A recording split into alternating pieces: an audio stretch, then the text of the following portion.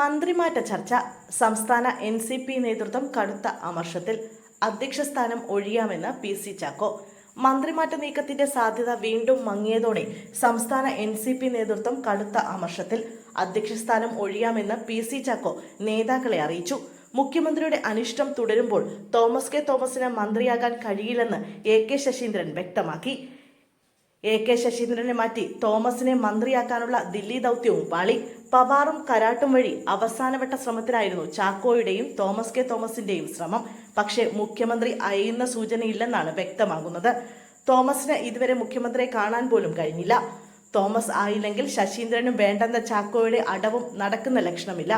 ഉള്ള മന്ത്രിയെ ഇല്ലാതാക്കുന്നതിനോട് ശരത് പവാറിനും സംസ്ഥാനത്തെ നേതാക്കൾക്കും താല്പര്യമില്ല. മന്ത്രിയെ മാറ്റാനുള്ള അടവുകൾ പിഴച്ചതോടെയാണ് ഒടുവിൽ സ്വയം ഒഴിയാമെന്ന് ചാക്കോ അറിയിക്കുന്നത്. സ്വന്തം പാർട്ടിയുടെ മന്ത്രിയെ പാർട്ടിക്ക് തീരുമാനിക്കാനായില്ലെങ്കിൽ എന്തിന് സ്ഥാനത്ത് തുടരണമെന്നാണ് ചാക്കോ നേതാക്കളെ അറിയിച്ചത്. അധ്യക്ഷ സ്ഥാനം വിട്ട് ദേശീയ വർക്കിംഗ് പ്രസിഡന്റായി തുടരാമെന്നാണ് നിലപാട്. എതിർചേരിയുടെ പുതിയ ദൗത്യവും പൊളിഞ്ഞതോടെ ശശീന്ദ്രൻ തിരിച്ചടി തുടങ്ങി. മുഖ്യമന്ത്രിയുടെ തണലിൽ നിന്നുകൊണ്ട് ശശീന്ദ്രൻ ചാക്കോയുടെയും തോമസിന്റെയും ആഗ്രഹം നടക്കില്ലെന്ന് തന്നെ വ്യക്തമാക്കി. പുതിയ നീക്കം ലക്ഷ്യം കാണാത്തതിൽ തോമസിനേക്കാൾ നഷ്ടം ചാക്കോയ്ക്കാണ്.